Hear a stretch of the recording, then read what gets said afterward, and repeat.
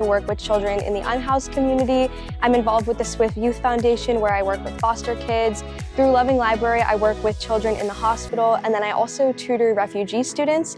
And I feel like all around, working with students of such diverse backgrounds has turned me into a more well-rounded person. It's made me more empathetic. And I just think that gaining a more diverse worldview is really important, especially when you're in high school.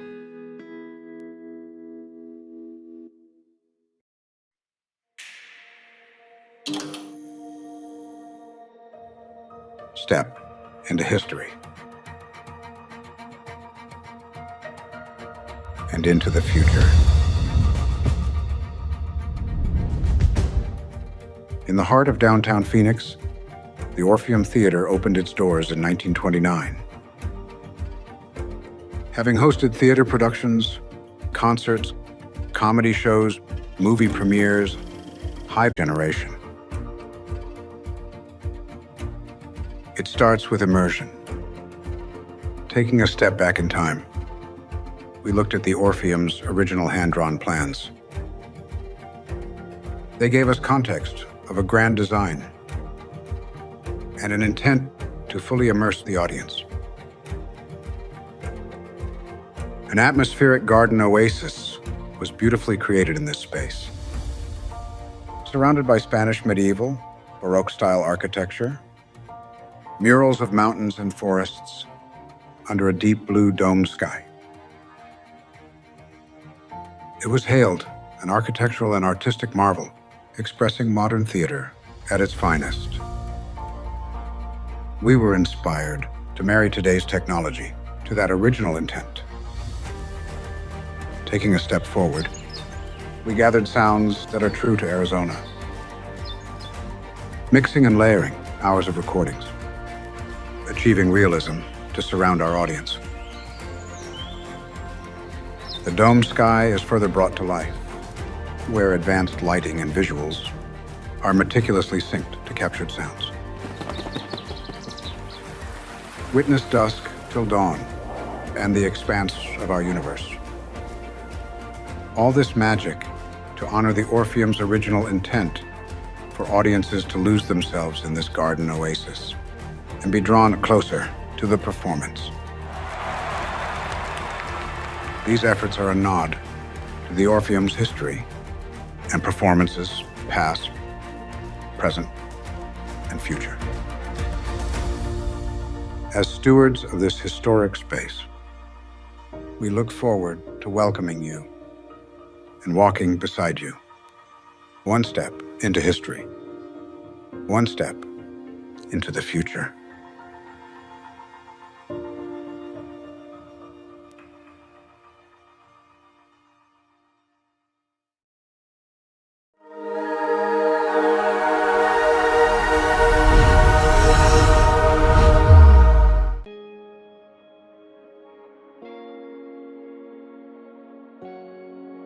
My name is Destiny Sire.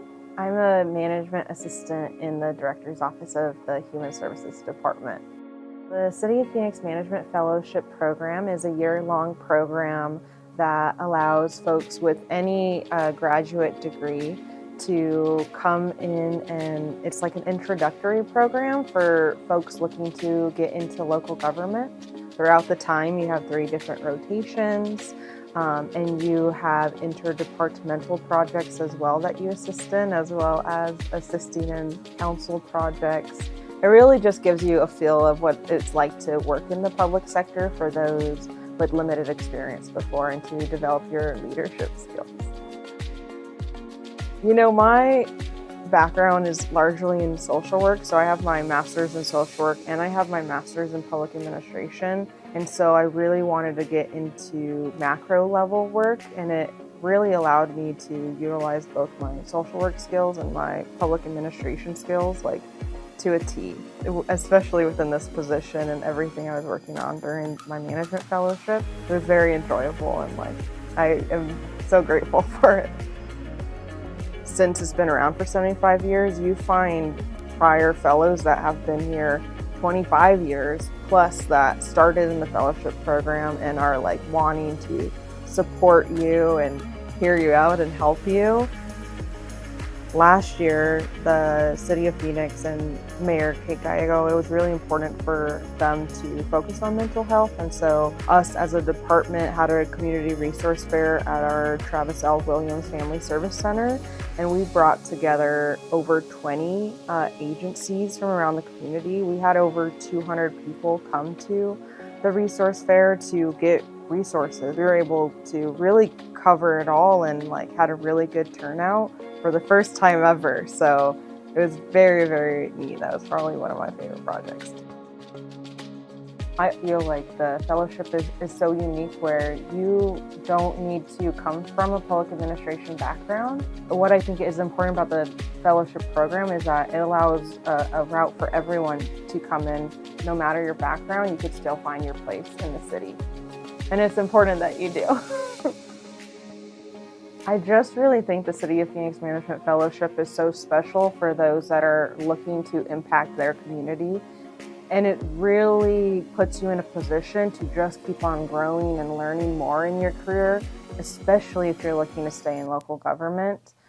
So what I would say to someone that's applying is just to reach out. We're excited to talk to you, excited to have the community learn more about the program because we're really looking for everyone. We're looking for you, so.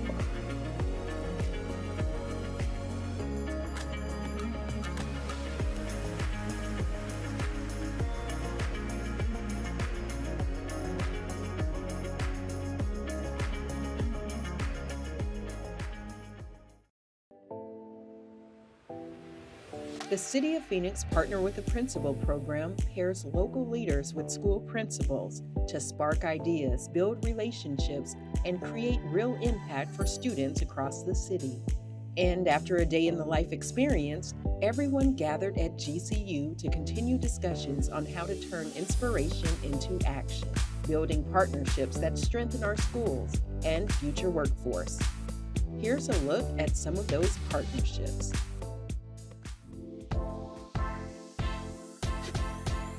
Last year was my first year of doing the Partner with the Principal program through the City of Phoenix, and it led to a wonderful partnership with At the Outlet, who ended up coming to work with us and our students every Friday for At Our Family Choice Friday. This was our first time being part of this program. We got to come and take a tour. Principal Schneckloff told us some of the things that she was looking for, and it seemed like we were a good match and a good fit, and we got right to work. Students had wonderful opportunities through the arts, whether it was pom, dance, vocal, drumline, but they build in a lot of life and social skills within their musical and arts instruction that the students really benefited from and just absolutely loved the experience. They teach us dances, they help us if we don't know, if we forget, they help us until we actually know it. I think it's a good practice because I want to be like a singer and a dancer, and all the coaches were supportive,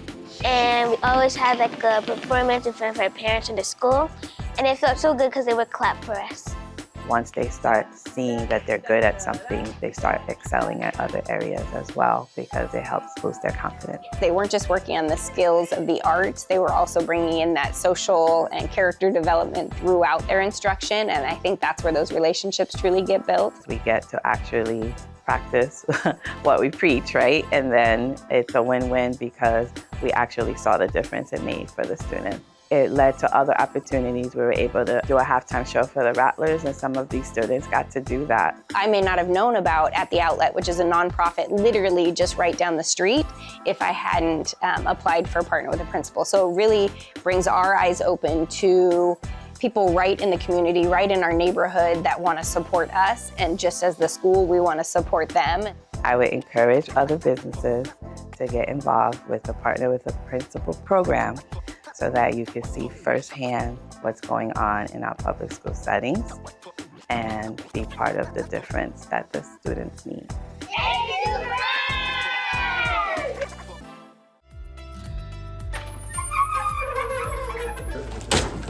Kitchell came in today to do a beautification project here at William R. Sullivan Elementary with the Murphy School District. and they are painting our beautiful walls in the literacy hub. They're also doing an improvement with our bulletin boards with the different quotes. Not only does Kitchell want to be known as a great real estate company, but we want to be known as really a Phoenix institution that cares about those that we serve. They brought in the resources and everything that we needed, and it was done within a few hours. We really made quick work of our tasks that were ahead of us. We think the classroom looks great. We like the bulletin boards and everything. So yeah, overall, we're just really excited with how it turned out. I know that our students are going to love it. I could already imagine their little faces when they come in. The more resources that we have, the more resources that we're able to provide to our students to help them improve with their literacy, with their academics, so then our students can get that additional support from our partnerships that we have. It's very important that we emphasize that the youth of today are the future leaders of tomorrow, and therefore we have to do all that we can to help make sure the kids have the right learning environment they need to succeed.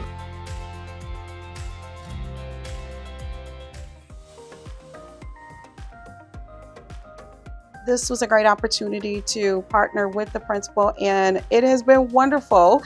I have been coming over to Vista College Prep now. It's been 1 year, and it's been amazing working with Principal Roy. She immediately was so supportive, and I'm not really sure what we can provide for you. And she was like, no, it's not about me. What can we do for your school, for your team? I know that some other corporations, they have like a lot of funding and that's available to create all these programs. And I was like, oh my gosh, I would love to do that kind of stuff, but I don't have that. So in talking to Principal Roy, I did say, so what do you guys need? Like, what can we do that's, I guess, inside of my realm? I said our teachers are hungry all the time. We love snacks. I said, snacks? Are you really? She goes, yes. The teachers love snacks because they work long days, hard days, and they're not always able to just go break away and have a meal, especially if they're here, you know, late in the evening. And I said, well, wait a minute now. We can do snacks. I solicited the help of the community, like through LinkedIn, friends, family, Facebook. I'm like, look, these teachers need snacks. They're amazing. They're great. And everybody's like, you know what? I'm donating because teachers do need that extra layer of love. And so it was so easy to get it. So we set up a snack station in the leadership office. That's where it started. And then she said that she had some experience in public speaking and wellness. And I said the other thing that I really think my staff would appreciate is just some self-care tips. We practice many different skills, and we danced and we journaled and we had some breathing exercises. We gave techniques on how to take care of yourselves because we know the teachers are always taking care of the littles, and sometimes it's easy not to just, you know, embrace themselves and say, this is what I need. And then she reached out again, hey, what do you still need? I said, well, microwaves? Microwaves? She goes, yeah, ours are old and, you know, they don't have the numbers. We don't know how long the food has been there. The teacher's like, can we get ones that have like the plate that spins? And I said, you know what? We've got that. We went out and we bought a couple microwaves. I'm so excited that they love the microwaves. You know, that's just proof that sometimes it's just the small things that make a really, really big impact. We've just been really blessed to have LaShonda, and not just her, but again, the community behind her sorority sisters. That means the world to us. I would just encourage anyone, everyone, if you're interested, to participate in this program. It is so important to pour into our young people at a very early age. But with that, we can't pour into them without pouring into the teachers.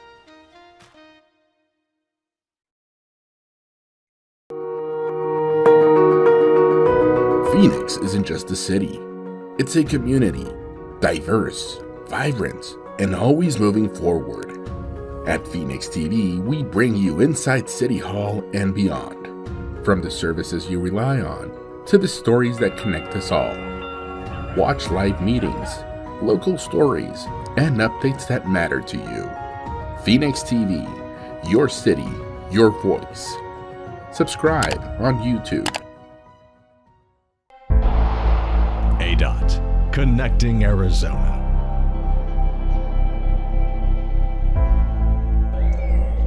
From the snow-capped mountains of northern Arizona to the arid desert and lush farmland of the central and southern regions of our state, Arizona's natural beauty is diverse and breathtaking. Residents and tourists alike certainly enjoy our scenic state. Unfortunately, sometimes a closer look reveals litter. I found a lot of socks. ADOT spends about $8 million a year cleaning up litter along our state highways. Removing litter from our roads and highways is a time-consuming and costly job that threatens to get worse as Arizona's population grows. Thank you for participating in the Adopt a Highway program. So we greatly appreciate the help of Arizona's citizens like you who volunteer in our Adopt a Highway program. Give your guys self a hand. Your group has graciously agreed to clean up litter along a specific section of highway for a period of 2 years. As you begin your efforts, please keep in mind that a public highway can be dangerous, and some basic safety issues must be considered before you start work. So, are you ready to tackle the trash? I'm ready. We ready. It is important that you properly prepare yourself for the workday. Proper clothing and hydration are 2 priorities. When it comes to water, ask yourself these questions and plan accordingly for your water supply. How many people will be in your group? How many hours do you plan to work? How many miles do you plan to cover? What is the forecast temperature for the day? Now, think about your location. Does your cell phone get service where your adopted road is in case of emergency? How far is the nearest medical facility? Next, think about what to wear. Since most everything in Arizona has thorns, long-sleeve shirts and pants are recommended because of the harsh terrain, cactus, reptiles, and insects you may encounter. Wear protective gloves and strong-soled shoes or boots. Avoid sandals or loose-fitting shoes. Don't forget your sunscreen, and you'll probably want a hat too. Congratulations, you're ready to pick up trash. Your group should carpool as much as possible to keep the number of cars on site to a minimum. And always remember to park as far away from the roadway as possible. Next, your group coordinator will conduct a safety meeting for all group members. Each person must wear a safety vest at all times. Safety vests, along with trash bags, will be supplied to you by ADOT. Remember, no children below the age of 12 or pets are permitted in the program or in the work area.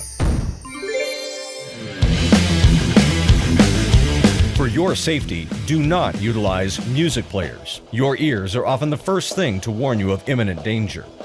Appoint a lookout for your group. Work facing oncoming traffic, and remember to stay at least 5 feet from the pavement edge. The fewer distractions for the traveling public and your group, the better. Now, when it comes to trash, know what you're picking up. If you cannot identify it, don't pick it up. This brings us to the topic of hazardous waste.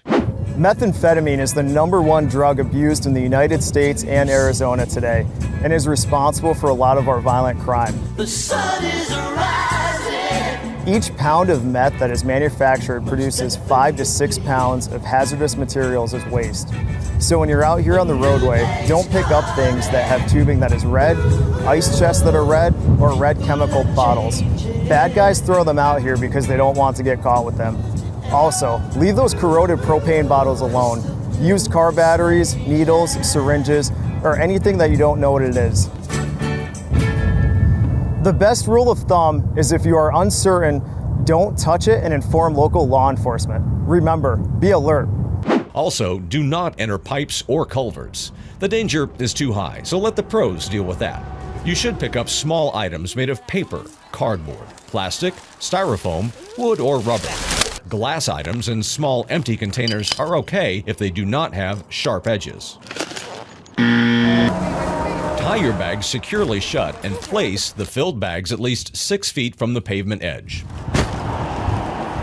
Do not overfill or overstuff the bags. ADOT workers must lift these bags into their trucks. Place large or heavier items like tire debris or any items that would tear a bag near the filled bags.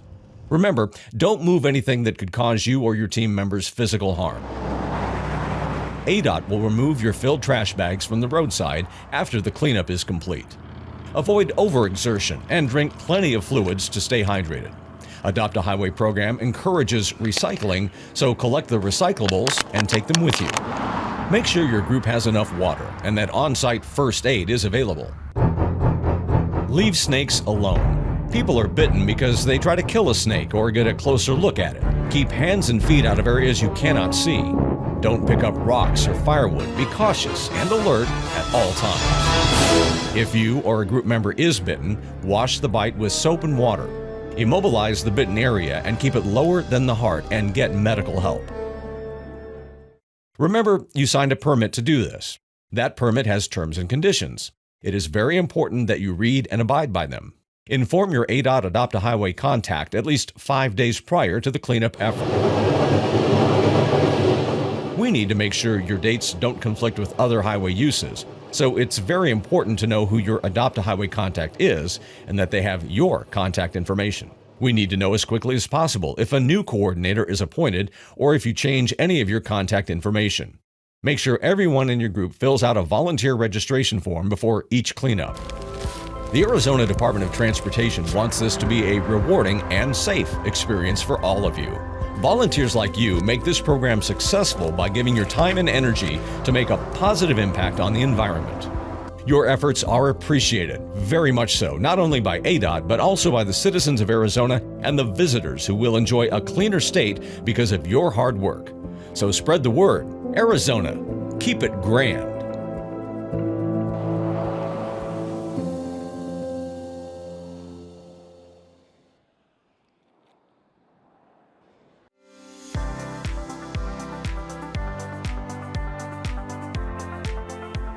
My name is Brian So. I'm a management assistant too at the Planning and Development Department at the City of Phoenix. The Management Fellowship Program is a year-long program for people that have interest in being in local government or City of Phoenix for that matter, to get to really experience what and how the City of Phoenix works. I was considering a career change into local government, so I felt a little nervous making that jump from academia to practice, and I felt like the Management Fellowship Program was a great way to make that jump, be okay to take risks, but be able to get access to really try to learn and absorb and really do a deeper dive on how local governments work. If I were to describe the Management Fellowship Program, I would say it felt like a classroom where I could really study and engage in whatever I wanted to do. And we had great teachers and mentors that could navigate me through the process. What I really appreciate about the program is that I was given really the fullest level of access to everybody that you could think of in the City of Phoenix, which is a wide range of diversity of people. A lot of great people that we got access to, got to interact with them and really learn from their expertise and receive great advice from them along the way. The Management Fellowship Program really gave me confidence that if I really put my head down and really try to understand how the city works, how things operate, how people operate, I can learn great things and I can achieve great things throughout my career at the City of Phoenix. The City of Phoenix set me up on a career of lifelong learning, which I really enjoy doing. So I'm just going to never run out of opportunities to learn at the City of Phoenix. If you're as curious as I am, if you're excited about learning new things and learning about public service and learning about what local government does to serve its people, I can't think of a better way than the Management Fellowship Program to do that.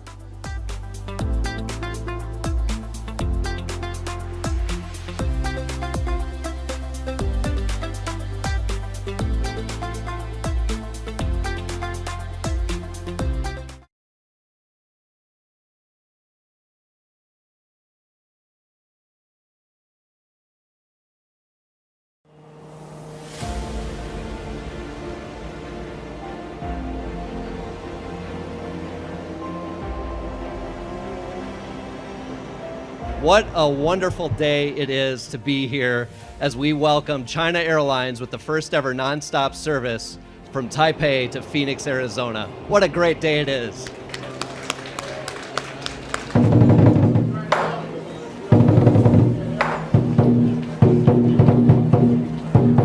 It was an honor to be on that inaugural flight from Taipei, Taiwan to Phoenix. It is indicative of what I know is a tremendous partnership that is really going to propel this region, the relationship between the two countries. This new route is more than just a connection between two cities. It's a bridge between two dynamic regions. The economic impact of this year-round service is expected to exceed $100 million on an annual basis. Passenger traffic between Phoenix and Taipei has surged by more than 400% since 2019, highlighting the growing demand for this connection. We are thrilled to welcome travelers from the Silicon Island to the Silicon Desert. The future is bright, and this is just the beginning.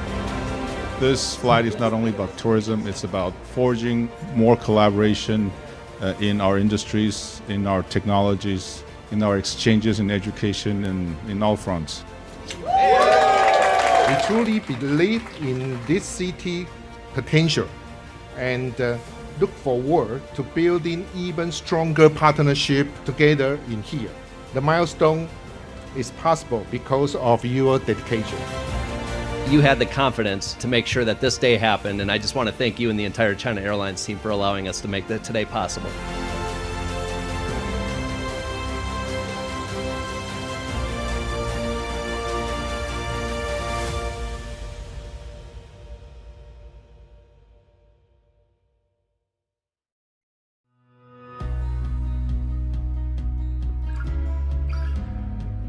My name is Destiny Dominguez. I'm an administrative assistant too in the Public Works Solid Waste Division. The Phoenix Management Fellowship Program is a year-long program where you rotate through 3 different departments, 4 months each. And during that time, you really just have the opportunity to learn about different things happening in that department. And it all kind of ties back to the city manager's office, which is where you're housed. You're learning from these top-level staff. It's just such a year-long learning opportunity. The goal of the Phoenix Management Fellowship then, and I think now, since it's been around for 75 plus years, has been to help really just gain exposure to city operations. I grew up in Phoenix, and so when I began studying public service, public policy, and then eventually public administration, I knew that I wanted to pursue a career in local government. And so during one of my undergrad classes, I heard about the Phoenix Management Fellowship Program. And so thankfully, I got it, really just about giving back to the community that gave so much to me growing up. And then obviously, I mean, Phoenix is the 5th largest city in the United States, largest council manager form of government. Like, who doesn't want to be a part of that?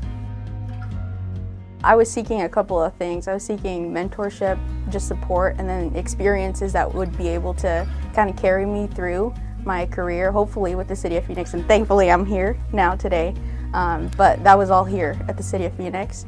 I think people are often kind of worried about how large Phoenix is, 1.7 million people, 15,000 employees, but truly you have such a diverse group of people here at the city to learn from, who are willing to just help you get through anything and just willing to be there. So I think that commitment to just building up the Phoenix of tomorrow is what really intrigued me to be here, and I'm so thankful that I'm still here contributing to that. One of my favorite memories is really the community budget hearings, sitting in on those, listening to the community. The staff was always willing to listen. Them just being able to kind of have those conversations with them was really, really good to hear. Interacting with field staff, just administrative staff on a day-to-day basis, and the incredible executive team that we have here at the City of Phoenix, it's unparalleled. Having gone through the program, through that entirely crazy year, has prepared me now here, because the amount of connections that you have, the amount of resources that you're able to provide that a lot of people aren't aware of, I think it's a big benefit to me. I knew coming into the program that this was my calling, but now I know more than ever that it is. And I'm so thankful to be here at the City of Phoenix. Phoenix has it all, and this is the place to be. Who wouldn't want to be here at the Phoenix Management Fellowship Program?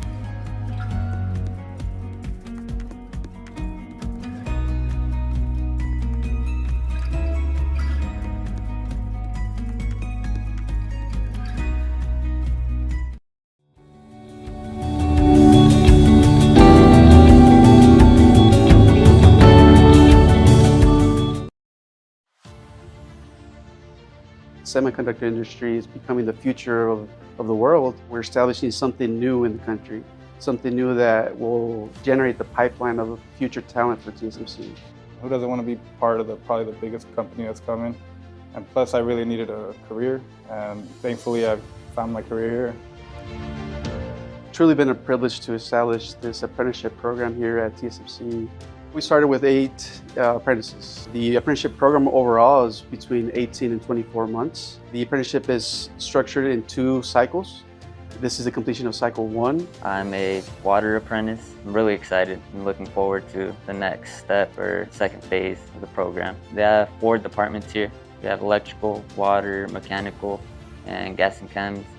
And throughout the first phase of the program, we moved around to each department for approximately 4 months. They show us a lot of the basics that we need to know getting into an industry like this.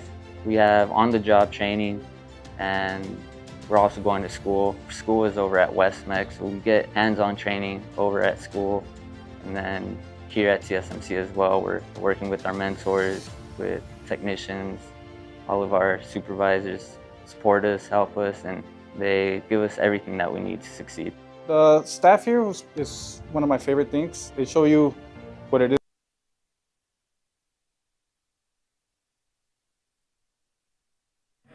Good afternoon.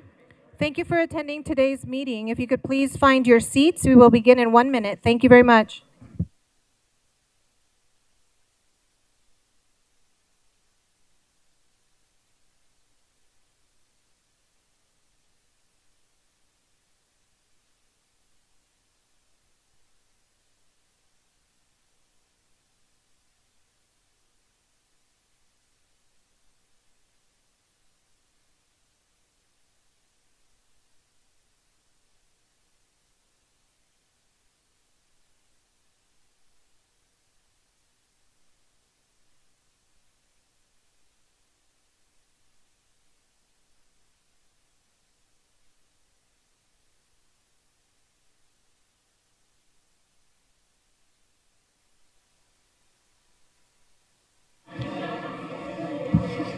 Good afternoon. Thank you so much for joining us today.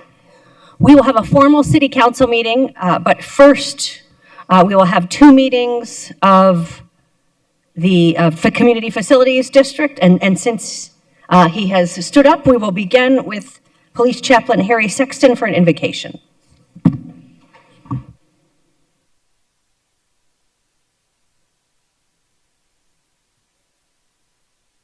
Madam Mayor, honorable council members, my prayer today is based upon Proverbs chapter 2, verse 6, which reads, "For the Lord gives wisdom, from his mouth comes knowledge and understanding." Let us pray. Father, I pray for the leaders of our city. May they seek your wisdom in every decision that they make.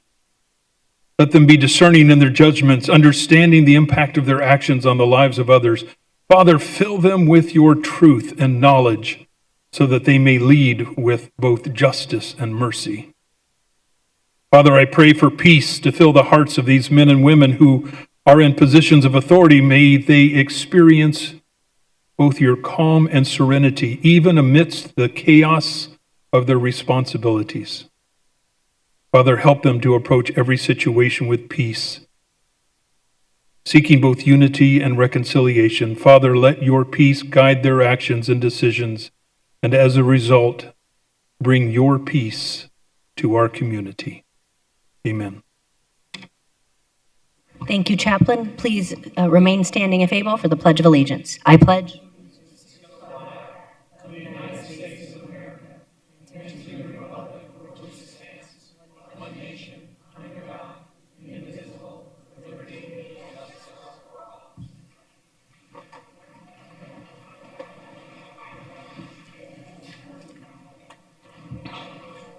Thank you so much, Chaplain Sexton, for starting us off.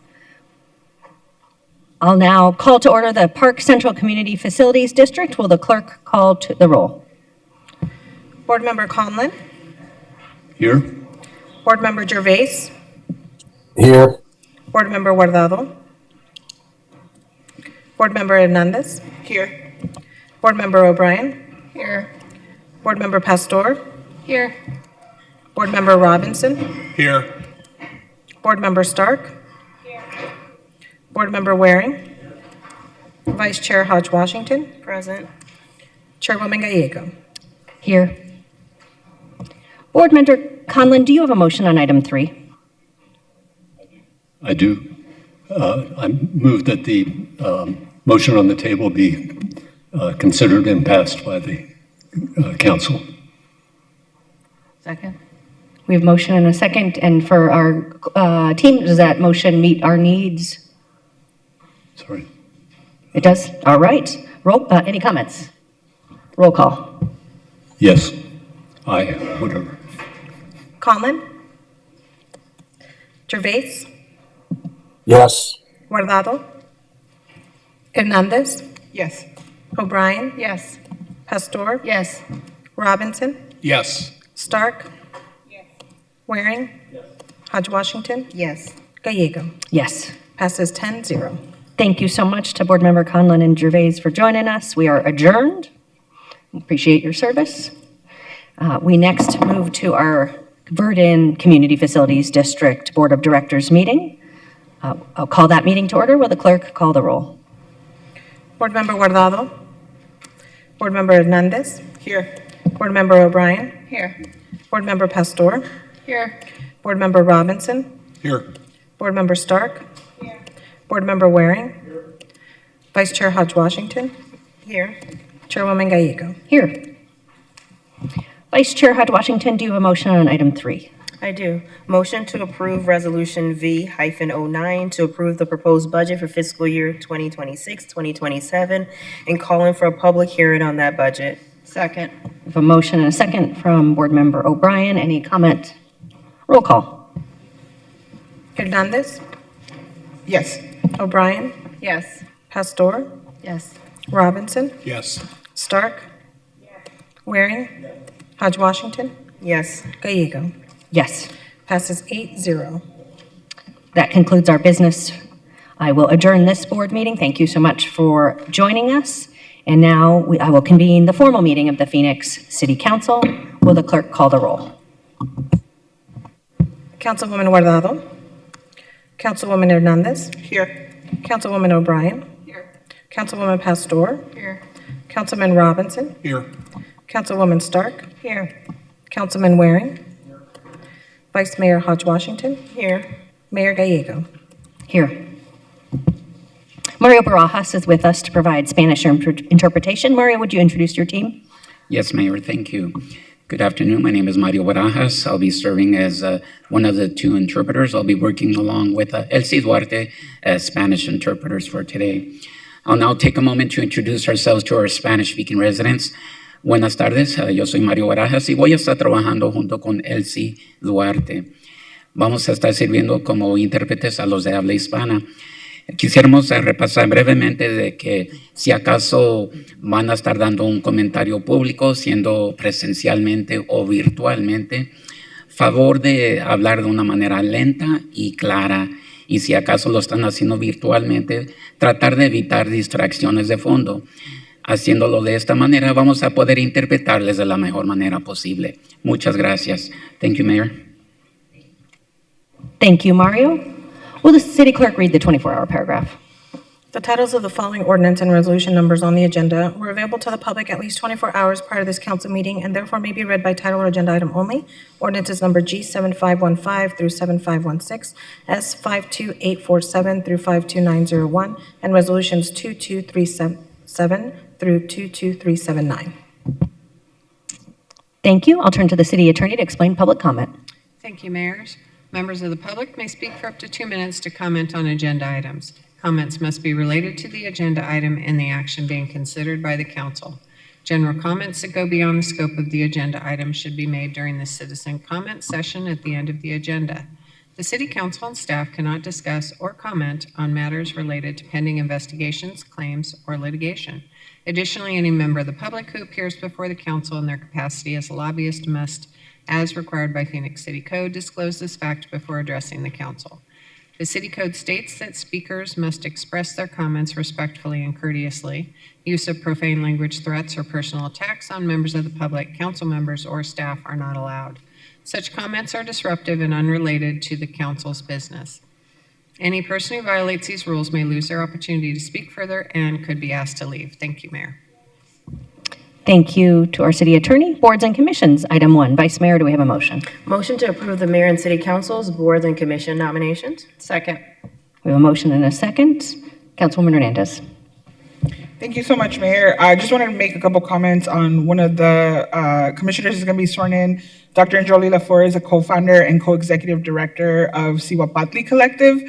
She is a grandmother, a mom, a tia, a psychologist, hypnotherapist, and death midwife, a true advocate for our community, for her community, a public servant, environmentalist, and humanitarian. We are truly lucky as a city to have her joining us on the Human Services Commission. Thank you so much, Mayor. Thank you. Roll call. Hernandez. Yes. O'Brien. Yes. Pastor. Yes. Robinson. Yes. Stark. Yes. Waring. Hodge Washington. Yes. Gallego. Yes. Passes 8-0. Thank you and congratulations to our new commissioners. We'll now conduct a swearing in. Please come forward.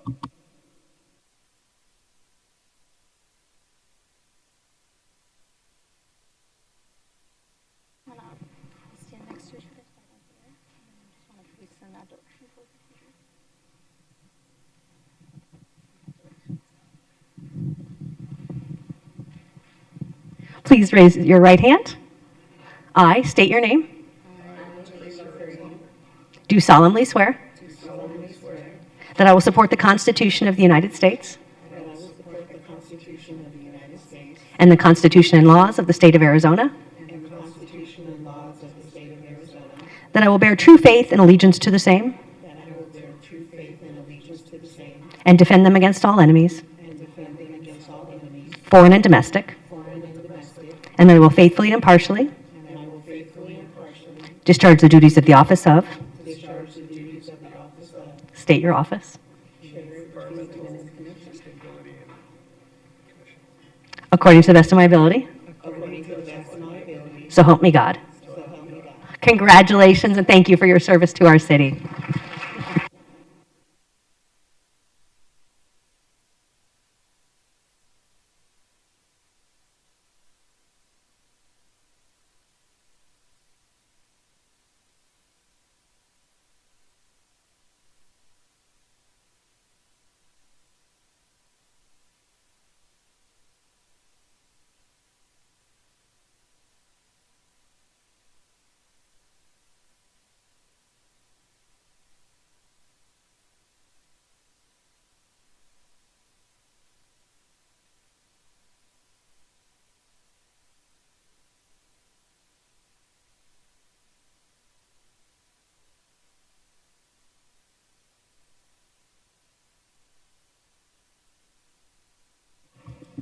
Congratulations to our commissioners and thank you for your service to our city.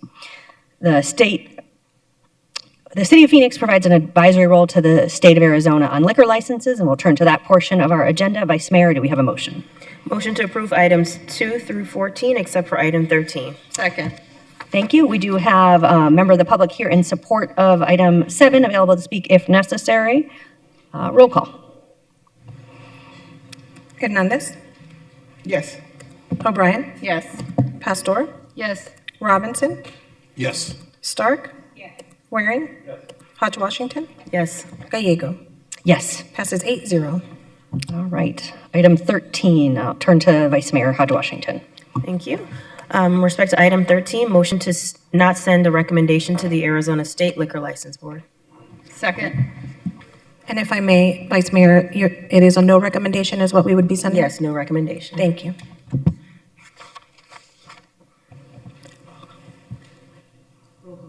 Hernandez.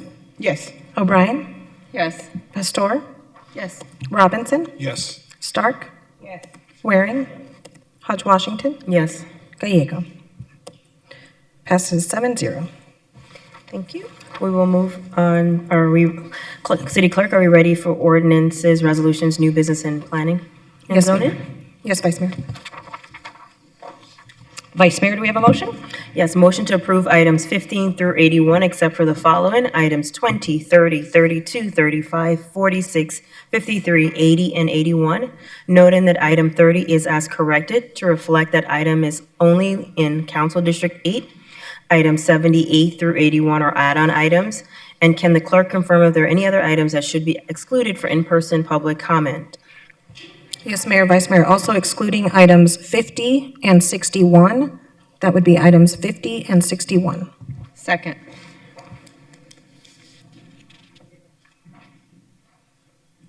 Thank you. Roll call. Hernandez, Yes. O'Brien, Yes. Pastor, Yes. Robinson, Yes. Stark, Yes. Waring, Hodge Washington, Yes. Gallego. Yes. Passes 8-0. Item 20 is a settlement of claim. Vice Mayor. Thank you, Mayor. I have a couple questions before we move to approval of item 20. I'm going to ask the Streets Department to come down, please.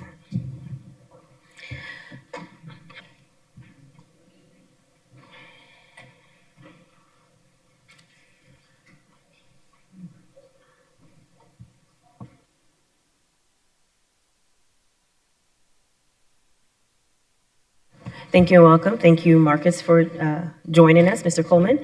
Can staff walk us through what has already been done to address the underlying infrastructure or maintenance issues that may have contributed to this claim? Mayor, Vice Mayor, members of the council, this accident or this situation happened back in 2021. Following the occurrence of this incident, the Street Transportation Department worked closely with the school district and specifically the superintendent and the principal of Betty Fairfax.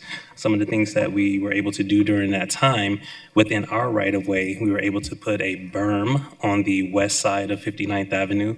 One of the things that we saw was a contributing factor was that during the school hours drop-off and pickup hours, that several vehicles would wait or queue on the west side of 59th Avenue in the dirt area there, which would require students to travel across that street at a non-marked crossing. And so we put a berm there to discourage individuals parking there and queuing there for drop-off and pickup. We also put some no stopping signs along the west side of 59th Avenue as well, just to make sure that people knew from a visual standpoint, not only did the berm stand there, but also the signage also reaffirmed that we did not want any stopping at any time during the day. Additionally, we worked on South Mountain Avenue, did some striping there to accommodate some turning movements there that were some kind of choke points that we were seeing. And then we also gave some recommendations to the school of how they could do some modifications to their site to enhance the on-site queuing on their actual property themselves. In addition to that, from a long-term standpoint, we also identified funding within our CIP and started the design, and now we're in the completing the construction of a Hawk signal at the canal. There's a little north of the school location there. Thank you so much. Thank you for the comprehensive list of the actions that we have taken. Can you tell us a little bit about the systems that are currently in place for neighborhoods and/or schools to report street safety concerns or maintenance and needs directly to the city? So we have several Mayor, Vice Mayor, members of the council, sorry about that. We have several elements and items, resources that we have available in our Street Transportation Department to address these concerns. Some of them being for residential streets, such as speed tables, speed humps, things of that nature. We also, in some situations, will even look to restrict lane widths. We have seen that also slows traffic, as well as we come to our council on an annual basis and look to reduce speeds on some of the streets. These are just some of the elements that we use. As specific to schools, some of the things that we do specifically there is we work with our schools throughout the city of Phoenix. We have over 500 schools that we do an annual inspection of those schools. We go out to those sites. We look at signage. We look at crosswalks. We also look at school zones. We try to start that at the beginning of the calendar year, and that will normally run into the summer with the objective of making sure that we've identified any repairs that are needed so we can respond to those requests or those needs during the summertime, so that by the time school is ready to start again, that we are in a condition to where all signage, all signals, all striping is in good shape. And so those are some of the things that we do. It includes looking at our crosswalks, understanding that school zones are specific to elementary schools. High schools do not have school zones. That is something that is governed by the state handbook. However, for elementary schools, we do have that. They come with a yellow sign and also a crossing guard. High schools, however, we will put in crosswalks and high visibility crosswalks whenever possible. And so those are some of the things that we do. We constantly make sure that we keep a line of communication open with our schools. We have a school safety coordinator that works closely with the schools to help them identify even things that they can do on their own site to improve safety as well. Thank you. You anticipated my next question, and now you already answered it about the school safety assistant. So thank you, Mayor. I wanted to, well, I understand that this item related to a legal settlement. I also wanted to acknowledge the broader context behind these types of claims and the importance of continuing to strengthen how we manage infrastructure safety across the city. Many of these cases, unfortunately, somehow reflect how residents experience our streets, sidewalks, and transportation infrastructure on a daily basis. And because of that, I thought it was important that we continue to not only focus on a resolution, but also on prevention and early identification of issues before they escalate. I also wanted to emphasize that neighborhood safety is deeply connected to how quickly residents, including schools, can report their concerns and see timely responses from the city. So continuing to strengthen those connections remain critical to building trust and improving outcomes. So thank you for that. And with that, I will move for the approval of item number 20. Motion and a second. Roll call. Hernandez. Yes. O'Brien. Yes. Pastor. Yes. Robinson. Yes. Stark. Yes. Waring. Hodge Washington. Yes. Gallego. Yes. Passes 8-0. We next go to item 30, which is related to Cesar Chavez artwork. Vice Mayor, do you have a motion? Motion to approve item 30. Second. We have a motion and a second, and I'll recognize Councilwoman Hernandez for comments on artwork. Thank you so much, Mayor. I just wanted to thank the Arts and Culture Office for briefing my team last week on the details of these 3 changes to public art that is connected to Cesar Chavez. I have stressed to them that I expect our city to continue to honor the spirit of the farm workers movement that was at the heart of these art pieces. And I will continue to push the city to honor this spirit as we look to rename our streets, plazas, parks, and other art pieces. So with that, I will be supporting this item. Thank you so much. Thank you. Roll call. Hernandez. Yes. O'Brien. Yes. Pastor. Yes. Robinson. Yes. Stark. Yes. Waring. Hodge Washington. Yes. Gallego. Yes. Passes 8-0. Item 32 is related to the contract with the Human Services Campus known as Keys to Change. Vice Mayor. Motion to approve item 32. Second. We have a motion and a second. Any comments? Councilwoman Hernandez. Thank you so much, Mayor. Just want to continue to voice my support for all the really critical work that is being held at the Keys to Change campus. I want to thank Amy specifically for your willingness to hold such a consistent and open relationship with us at the City of Phoenix. You have all been very transparent with us in our monthly meetings and are truly great partners. Keys to Change is the only 24-hour walk-up service and shelter provider for single adults in the City of Phoenix. So I'm really happy to continue to support this work. Thank you so much, Mayor. Roll call. Hernandez. Yes. O'Brien. Yes. Pastor. Yes. Robinson. Yes. Stark. Yes. Waring. Hodge Washington. Yes. Gallego. Yes. Passes 8-0. Item 35 is authorization to amend the emergency shelter and heat-related respite operator and supportive services qualified vendor list and increase authority. Vice Mayor, do we have a motion? Motion to approve item 35. Second. Councilman O'Brien. Thank you, Mayor. If I could have Director Milne come to the table. At previous meetings, we have heard from some residents and clients raising concerns about conditions at the safe outdoor space. And our residents deserve clear, direct answers. Rachel Milne, who leads our Office of Homeless Solutions, is best positioned to provide them.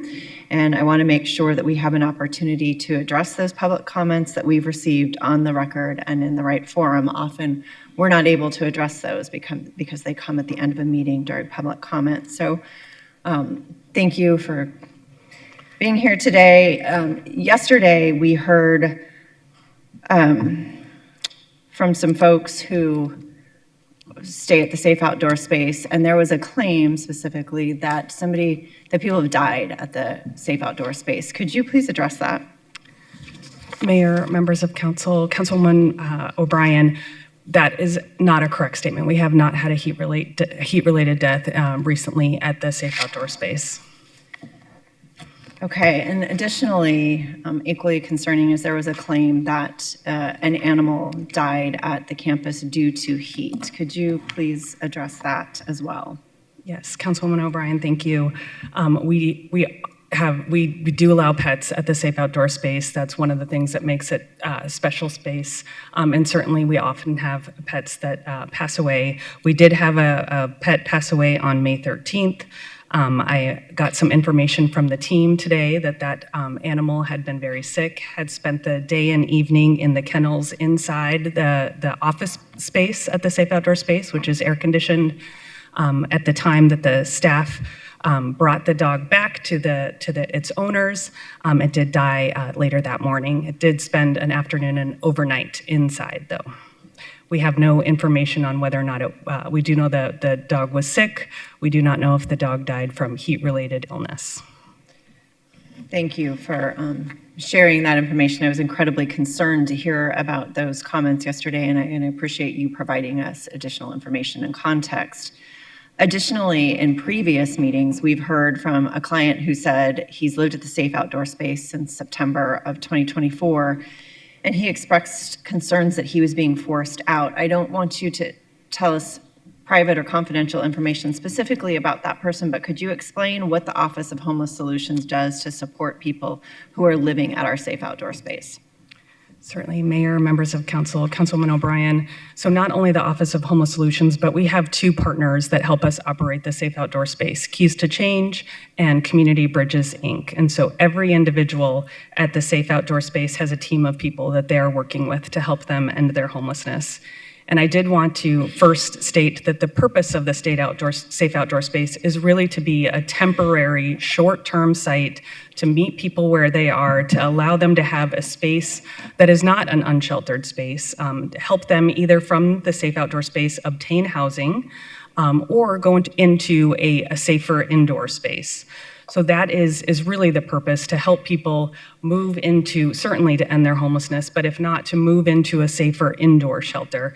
And we have a 33% what we consider positive exit rate, which would be moving people into housing or moving people into a safer indoor shelter space. Thank you. I think it's important for the public to hear that the space was designed and intended to be a transitional space, a safe bridge, not a permanent address. Our goal is always to move people towards stability, whether that's shelter, housing, treatment, or reunification with family. Having a case manager sit down with a client to build an employment and housing plan is exactly what this program is supposed to do. We also have heard concerns about the showers potentially containing mold. Can you tell us more about that, please? Certainly. Thank you, Councilwoman O'Brien. Yes, we have tested the showers at the safe outdoor space. As you know, we utilize mobile showers at that space. Just 2 weeks ago, I believe, we had our City of Phoenix from the Office of the Engineer, Environmental Programs Coordinator came out and looked at those areas. We also had a third-party contractor come and test all of the showers, and there was no mold found. I will say that there has been vandalism in all of the showers. There are burn marks on the ceilings of the showers, which could be misinterpreted as mold, but there is no mold in the showers. Okay, to reiterate what you've said, so we've had 2 independent assessments that have found no mold. That is correct. I appreciate you addressing respecting these concerns, and then also responding so quickly to them. We've also heard concerns about flooding bathrooms and the overall cleanliness of the site. Can you walk us through a maintenance schedule and protocols that are in place to handle that? Certainly, Mayor, members of council. We currently have 18 restrooms and 2 ADA restrooms for a total of 20. We are currently installing an additional 2 restroom trailers, which will bring us actually to 22 regular restrooms and 4 ADA restrooms. All of the restrooms are cleaned by the janitorial staff, who's a hired vendor from Keys to Change. They're cleaned 6 times per day. I will say that these are also mobile restroom trailers, so not permanent structures. We do often have clogs and what have you. So not only my team, Keys to Change team, and then Keys to Change also has a vendor who is frequently called when we have clogs to come out on site and to help us manage those clogs. Okay, thank you very much. There was also testimony suggesting the food provided is inadequate. Can you describe what clients receive and how it compares to what's provided at other city-operated shelter facilities? Yes, Councilwoman O'Brien, Keys to Change holds a contract with St. Vincent de Paul for the food provided at the Safe Outdoor Space. They do provide 3 meals per day. We have similar contracts at all of our other city-owned sites, including Washington Shelter and the Phoenix Navigation Center, as well as other shelters within the community also utilize St. Vincent de Paul. So St. Vincent de Paul requires that each meal have a carbohydrate, a vegetable, and a protein included in each meal. So that is their nutritional standard, and they also have a portion size control. So the clients at Safe Outdoor Space are getting the same meals that is being served at other indoor shelters. And they are receiving 3 meals a day? Correct. Wonderful. Thank you for sharing that. Some testimony that we've also heard over the last few months is that the water is unsafe to drink because the filter light is red. Can you explain a little bit about that filter and what that red light means? I know that in my own home I have a filter and I get a light, but we keep drinking the water sometimes, so. Yes, Councilwoman O'Brien, we do have 2 bottle filling stations at the Safe Outdoor Space, one inside and one outside. Everyone is provided a reusable bottle. We also have plastic bottles at security at the walk-up gate in case someone is dehydrated, needing after being outside and walking some distance. So yes, those filters get changed very frequently. As you can imagine, we have roughly 250 individuals staying there, and people use those frequently. So we have a stockpile of filters, and we change them when necessary. And my team let me know that they were actually just changed 2 days ago, and the red indicator light had malfunctioned. It is not working, but the date on the filter is client facing, so people can see the date that filter expires. And I will say we will continue to monitor and make sure that filter is changed. However, even when the light changes to yellow and red, as you mentioned, the water is still safe to drink. It just means the filter needs to be replaced. Thank you. Another concern that was raised was relative to ice and the availability of ice to the clients staying there. Can you address that for me? Yes, Councilwoman O'Brien, we do have an ice maker. We have had an ice maker at the Safe Outdoor Space, so we do, the Keys to Change staff puts out a cooler or a Cambrio filled with ice so clients can access ice themselves. That cooler gets filled up multiple times a day. This summer, the Office of Heat Response and Mitigation also provided us with a ready ice freezer, which is bagged ice. So we haven't had to use that ice yet. Our ice maker has kept up with demand so far, but when needed this summer, we will also be able to take a bag out of that ice freezer and utilize that if our ice maker is not able to keep up with demand. Excellent. So my last question is about participation. Will you please address whether people choose or are required to stay at the Safe Outdoor Space? Mayor, members of the council, Councilwoman O'Brien, participation at all of our sites, including the safe outdoor space, is completely voluntary. We certainly want individuals to utilize our sites and to utilize all of the services that we provide at our sites, but it is not mandatory. We do ask at most of our sites that you be working towards housing if you're staying there. However, at the safe outdoor space, we do not have any 90-day requirements as some shelters in our community do. People can stay there as long as they are there for the reason of seeking shelter and seeking to eventually be housed. So thank you, Rachel, for helping to address many of the concerns and stating on the record that it is a voluntary program.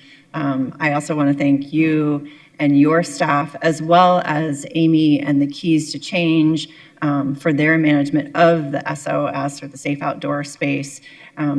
While this program, and I should also say thank you to the community that we have worked hand in hand with to have this partnership where this space is for folks who don't always feel comfortable going into a regular shelter. And so this is a different option that has different rules per se for entry.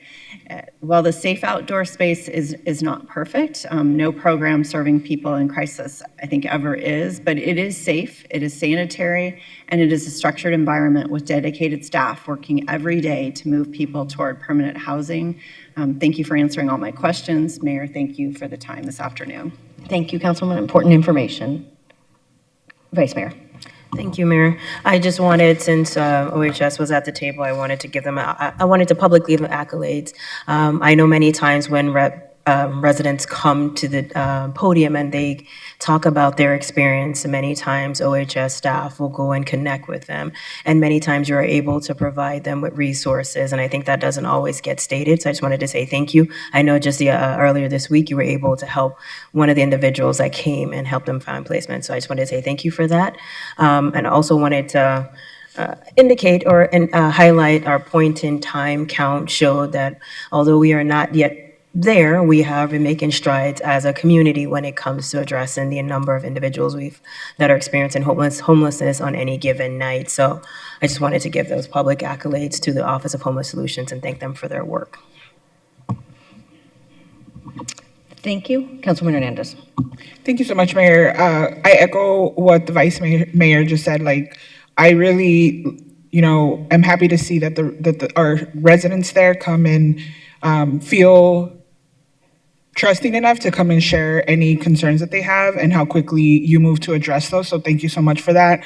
Also just want to make it very clear to the public and to my colleagues that you and I are in constant communication about the site. Since it is in District 7, I have visited the site multiple times. I continue to stay up to date on anything happening at the site. So I know there's constant communication between us, between Keys that also manages the property. So, I have scheduled visits and plans to continue to be a physical presence there, just to make sure that the clients there and the residents know that, we just really value the work and the services that are happening there. So again, thank you so much for everything you're doing.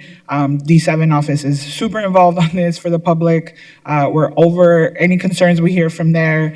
I don't know how many times I talked to Rachel about all the things that are happening, but thank you so much for the support there. Thank you. Thank you, Mayor. Thank you. And thank you to the Vice Mayor for bringing up the point in time count. We did get updated information about where emergency and shelter facilities are in our county. City of Phoenix, 36% of our county, 78% of the shelter beds. It's amazing to think what progress we could make if other communities participated at the same rate we did. Councilwoman Pastor. Yes, I want to go back to the water station. Did I hear correctly that we have 2 water stations for 250 people? Mayor, members of council, Councilwoman Pastor, yes, we have 2 bottle filling stations, one inside in the day room and then one outside in the tent area. And then we also have bottled water available at the security gate as people walk into the site. Is it possible to add more filling stations?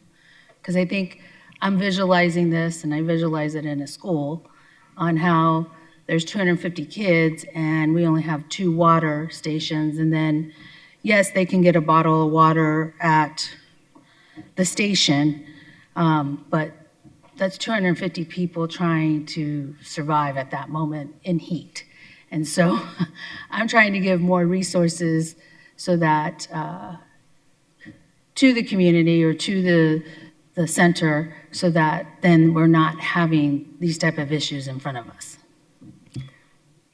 Councilwoman Pastor, that's definitely something we can look into for sure. Thank you. Okay. I do want to thank you for the 2 additional ADA bathrooms, because that was heard at District 4, and I kind of just shut down my district meeting and said we will do the 2 ADA bathrooms. So I want to thank you for following through and making sure that happened. My other question is, I hear often, and I know the answer to this, so I want to say it publicly, that there are pallets of water that they would like to have or drink. What are the pallets of water for? Mayor, members of council, Councilwoman Pastor, thank you for asking that question. So back in March, in late March, when we saw the very high temperatures, we had 15 pallets of water delivered to the safe outdoor space, and that was our distribution site for all of our outreach workers, the OHS outreach workers and our partners. So we did a distribution event of water and heat relief supplies with those pallets of water so that our outreach teams, when engaging with people unsheltered, could offer those. We did that relatively early this summer since it was so hot.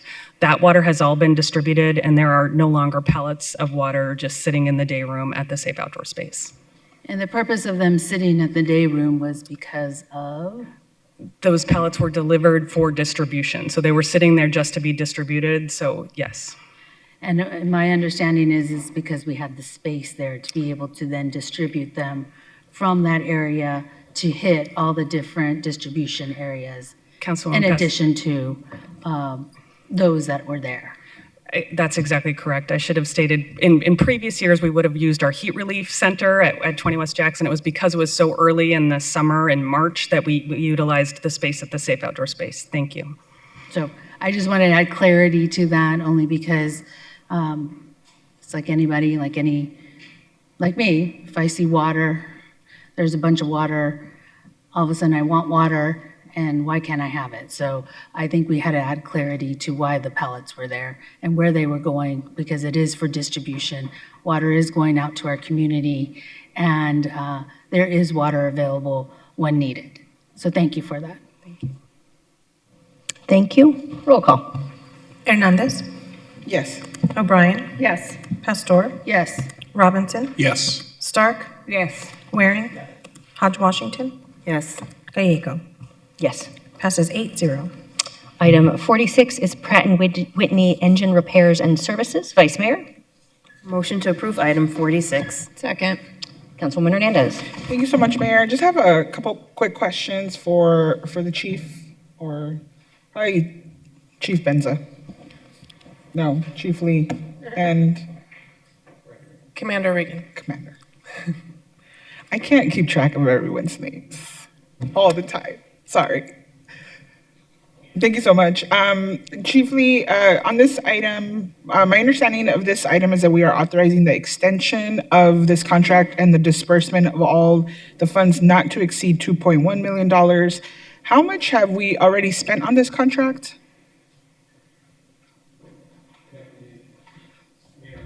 So, Councilwoman Hernandez, currently right now, this was a 5-year contract. So far, the money that had been spent was the last overhaul was conducted in 2018. That was conducted on the fixed wing aircraft. We only have 2 aircraft in the fleet that have this particular engine. One is a fixed wing, and one is a helicopter. Okay, thank you. And sorry, that was kind of going to lead into my next question, that the taxpayer dollars used for this is to fix a rescue helicopter and single engine airplane? That is correct. And is this rescue helicopter different from the regular Phoenix PD helicopters that we regularly see flying through the city? Mayor, members of council, Councilwoman Hernandez, yes, that is a specific aircraft that is what we classify as a twin engine. That is the one that we partner with the fire department to be able to perform mountain rescues. It is a heavy duty, heavily equipped unit that we can use to be able to transport multiple people. In this case, if they were trying to do a rescue on a mountain, they would have to transport several firefighters. And that's really the main purpose for that particular aircraft. Okay, thank you. And it's like you read my mind on what my last question was going to be on what was it used for. So thank you for elaborating on that. That is all my questions. Thank you so much, Mayor. Thank you. Roll call. Hernandez. No. O'Brien. Yes. Pastor. Yes. Robinson. Yes. Stark. Yes. Waring. Hodge Washington. Yes. Gallego. Yes. Passes 7-1. Thank you. Next, we have item 50 related to Phoenix Goodyear Airport new apron and taxiway connector. Do we have a motion?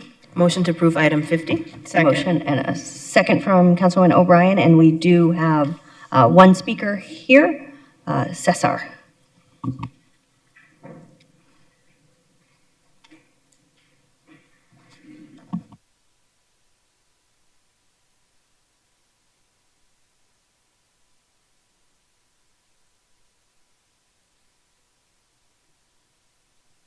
Hi, good afternoon, Mayor Gallego, Vice Mayor Hodge Washington, and members of the council. My name is Cesar Corral, and I'm here on behalf of labor unions across Arizona regarding item 50, the Phoenix Goodyear Airport new apron and taxiway connector project. As the city considers major public infrastructure investments, we believe it is important to prioritize strong workforce standards, local hiring, skilled apprenticeship training, and safety. When projects invest in local workers, these dollars stay in Arizona communities, supporting local families, small businesses, and the long-term growth of our workforce. And although Arizona's union trades have a strong track record of delivering complex aviation and public work projects, training the next generation of skilled workers through registered apprenticeship programs is our proudest accomplishment. Why, you may ask? Because these projects create real career pathways and help ensure public investments benefit the communities helping fund them.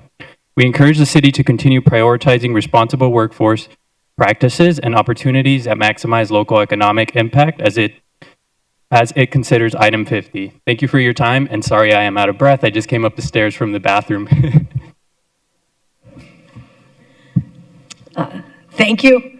Good cardio here. Roll call. Hernandez. Yes. O'Brien. Yes. Pastor. Yes. Robinson. Yes. Stark. Yes. Waring.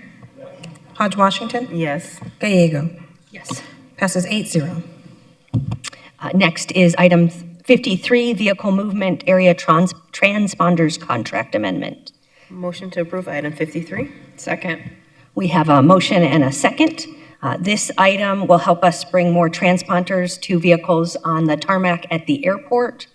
In another state, there was a really difficult crash, and many people think additional transponders might have helped everyone see the airfield better and understand it. We're doing a lot of things to keep the airfield safe at Sky Harbor, and I'm so thankful we were able to move this forward. A huge thank you to Sarah Demery from our aviation department, to Chief Christ from the fire department, and everyone who worked in procurement to get this moving and to do our part on safety. Really appreciate it. Roll call. Hernandez. Yes. O'Brien. Yes. Pastor. Yes. Robinson. Yes. Stark. Yes. Waring. Hodge Washington. Yes. Gallego. Yes. Passes 8-0. We next move to roadway safety action plan number 61. Vice Mayor, do you have a motion?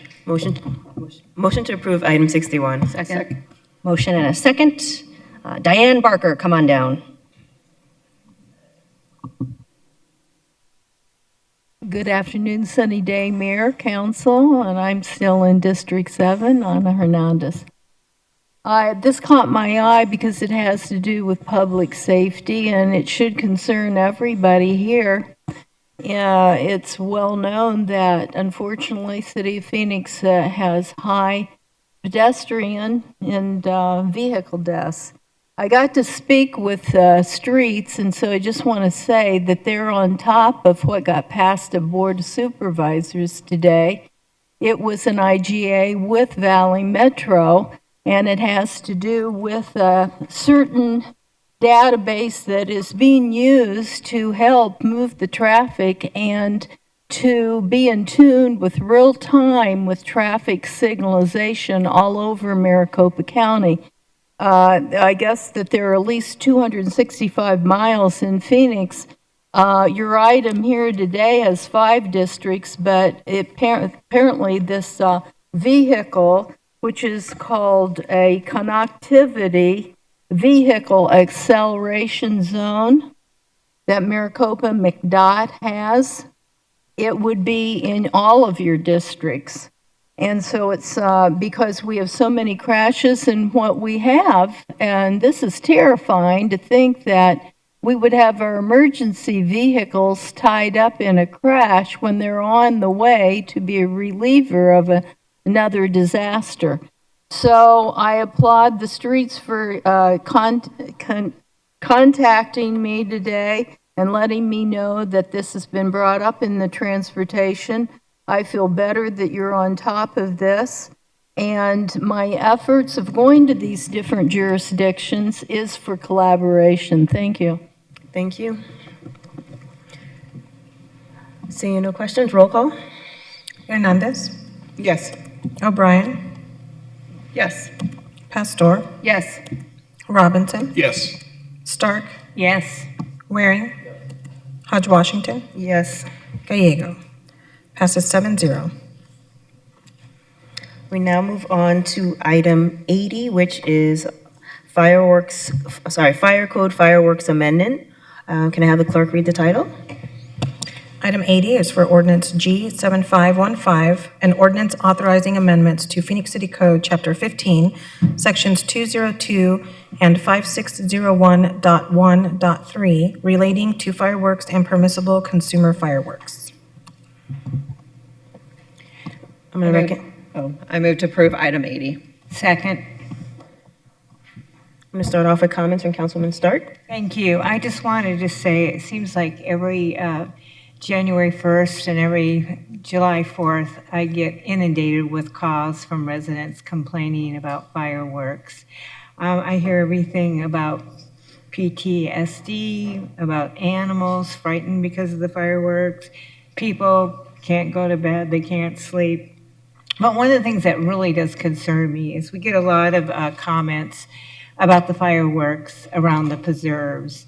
And in July, I know those preserves can be like tinder boxes, and that really does frighten me. And so I want to thank staff for stepping up and trying to address these issues. I know I'm not the only district that gets complaints, but I think it's important, especially from a fire safety perspective, that we do this ordinance. So I want to thank everyone that worked on it. I want to thank the police department, and I want to thank the fire department. I am full support of this. Thank you for what you've done. Thank you, Councilwoman. I too would like to extend my gratitude to our city staff and our public safety partners and the community for getting us here. Like Councilman Stark, we hear so much from our community regarding fireworks. We consistently hear these concerns, including the fire safety risk in some of our drier times of year, the impact on families, pets, veterans, and just the broader quality of life in residential communities. So I do appreciate that this update is responsive to what our residents have been experiencing on the ground. If there are no other questions, I'll call for roll call. Hernandez. Yes. O'Brien. Yes. Pastor. Yes. Robinson. Yes. Stark. Yes. Waring. Hodge Washington. Yes. Gallego. Passes 7-0. Moving on to item 81, which is a city code fireworks amendment. Can I ask the city clerk to read the title?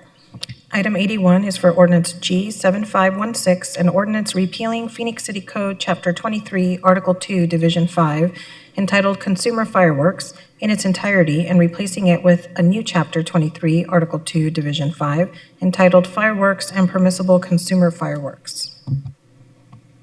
I move to approve item 81. Second. All right. Go ahead and roll call.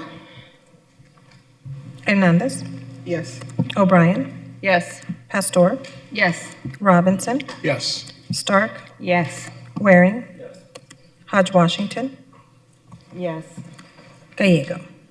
Passes 7-0.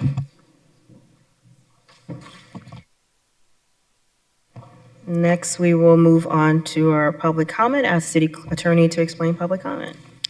Thank you, Vice Mayor. During citizen comment, members of the public may speak to the City Council for up to 3 minutes on issues of interest or concern. However, the matters addressed must be within the jurisdiction of the Phoenix City Council and on which the council has the authority to act. The citizen comment session is limited to 30 minutes. The Arizona Open Meeting Law allows the City Council to listen to comments but prohibits council members from discussing or acting on the issues presented. However, council members may respond to criticism. Thank you. Thank you. We'll begin with Luann Arrington, followed by Missy Pruitt.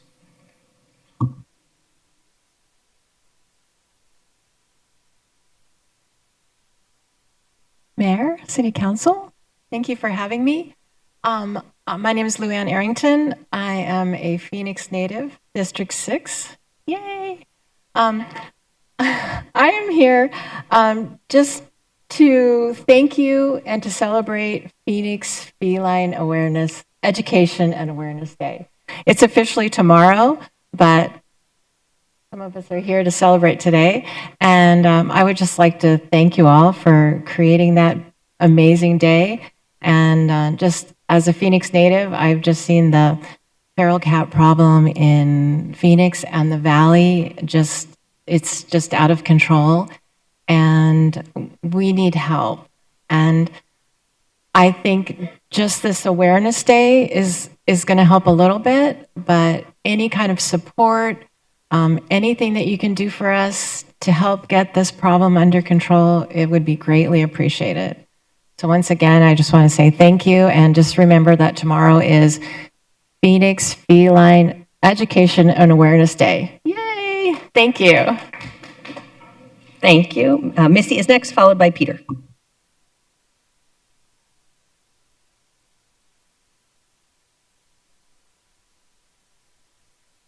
Hi, Council. Hi, Mayor. So the proclamation you guys did was for last year, and I just want to read it. That's all I want to do is read it today. So if that's okay, if I can read it, it's from the mayor, but I'm going to read it so that everybody else can hear it because it was never read out loud. So this is from the City of Phoenix. Millions of cats, both owned and unowned, are part of our communities, and their well-being is tied to the neighborhoods in which they live. Education is a vital tool in addressing the root causes of feline overpopulation, neglect and misunderstanding, and fostering responsible pet ownership and humane care for all cats. Initiatives focused on trap, neuter, return, TNR, shelter partnerships, and educational outreach are essential components in creating humane, sustainable solutions for maintaining community cat populations. Local shelters, rescues organizations, and compassionate individuals dedicate their time and resources to support the health and well-being of cats in our city. For these groups, it is especially important to inform and empower the public, especially the youth, on feline welfare through workshops, resources, and community engagement. Children are the next generation of advocates, and programs that educate young people on kindness, responsibility, and advocacy have long-lasting impacts on both animals and human lives. So then Kate, the mayor proclamated it, so I won't read that. But Phoenix Feline Awareness and Education Day was officially proclamated May 21st, 2025 throughout Phoenix. So we just want to thank you for doing that. It was a big deal for everybody, and we are having an event tonight to celebrate cats and the city and all the things that we do, and we appreciate everything that you guys are going to hopefully do in the future, and just acknowledging, and hopefully we can work together in the future. There is a huge problem of kittens right now. We have an overabundance. I have brought each one of you a kitten, but don't worry, they're spayed and neutered already. So there's one for each of you. I will set them here. Thank you. Have a great day. Thank you. Peter will be our final speaker.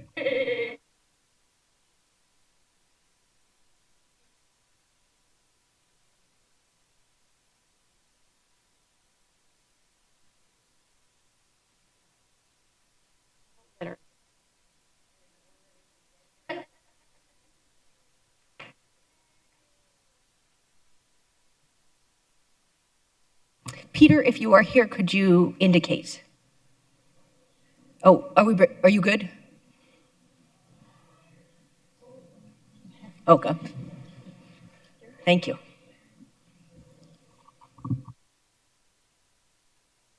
Hi, I'm Pete Nagy, and if I would have known gifts were allowed, I would have brought you each a golf ball, because I'm here to talk about Phoenix golf. I've been a Phoenix golfer for 20 years and enjoyed it very much. Play a lot of golf, 80, 90 rounds a year, and I play predominantly at Cave Creek, probably once a week at least for the last 20 years. And I just want to talk to you a little bit about the conditions of city golf courses, maintenance, and funding, because we get a lot of play. Cave Creek's got 64,000 rounds of golf this year. And with 64,000 rounds of golf, maintenance is an important issue, improvements are an important issue. And at all the courses, like I played at Gila, they do a pretty good job. Cave Creek tries hard, but they could use a little bit more in the area of funding. All the city golf could use more in the area of funding. And if there's anything that the city could do to move things along to get more funding, however they could make Phoenix golf more enjoyable for the hundreds of thousands of us that play golf every year at Phoenix. And that's all I wanted to say. Thank you. Thank you for that important testimony. Mimi will be next.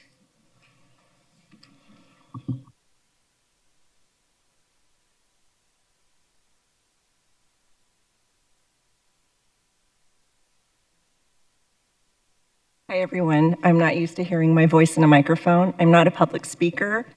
It's very awkward for me to be up here, as it probably is for many who want to speak who don't take the opportunity, but I'm going to be brave. It's my first time ever doing this, and I want to thank you, Mayor, Vice Mayor, members of council, and anyone here who's willing to listen.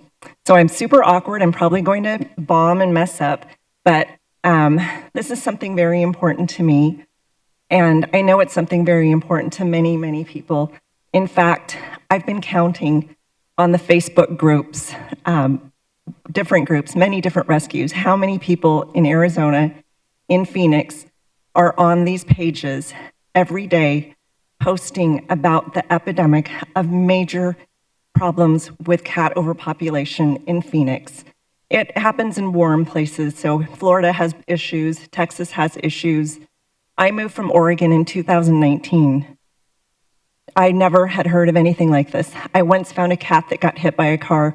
I picked up the cat, took it to the vet. It was a rare occurrence. Right now, when I'm driving and I'm paying attention, I used to not do this, but people, once I got involved in the cat community here, which was completely by accident, I'm allergic to cats. I love animals, I'm humanitarian, but I started noticing them. They're hiding in the bushes. They're flat on the ground in the street. Today, pay attention on your way home. If you're taking the bus, if you're walking, if you're driving, you'll see them. If you pay attention, there are many in the street. And these are the ones that don't make it. But there are many, many that are surviving on the kindness of people willing to feed them, willing to give them water. And the reason some of us do this, and I just have gotten involved, I totally didn't want to do this, I'm telling you, but it's very important to me because, well, let me just back up. I moved here in 2019 from Cold, Oregon. Got here, I love the sun, so do cats. What ended up happening is the pandemic started. My daughter was a freshman in high school. She begged us to foster cats. I took allergy medicine every day, twice a day. I still have extreme allergies. We ended up foster filling. We fostered 75 cats over a few years. Meanwhile, even during the pandemic, I was a volunteer with the International Rescue Committee every single Friday night, the least favorable shift. No one would take it. My husband and I worked the showers, also worked with St. Vincent de Paul, brought food over, fed hundreds of people every night at this location in Phoenix. What ended up happening is it shut down last year. There were a lot of things that closed it down, but the IRC moved out of the Anot school where we were doing our volunteer work. We actually were asked by the employees, not the volunteers, if we could help as volunteers. Okay, well, we need a TNR program just like Mesa, just like Tempe, because everything is on the shoulders of us. Thousands of people, check it out on Facebook, look up feral cats, you'll see. We're doing the work every day, and it's a never-ending cycle. Mesa has a successful program. Thank you for that important testimony. I believe that is our final speaker. We are adjourned.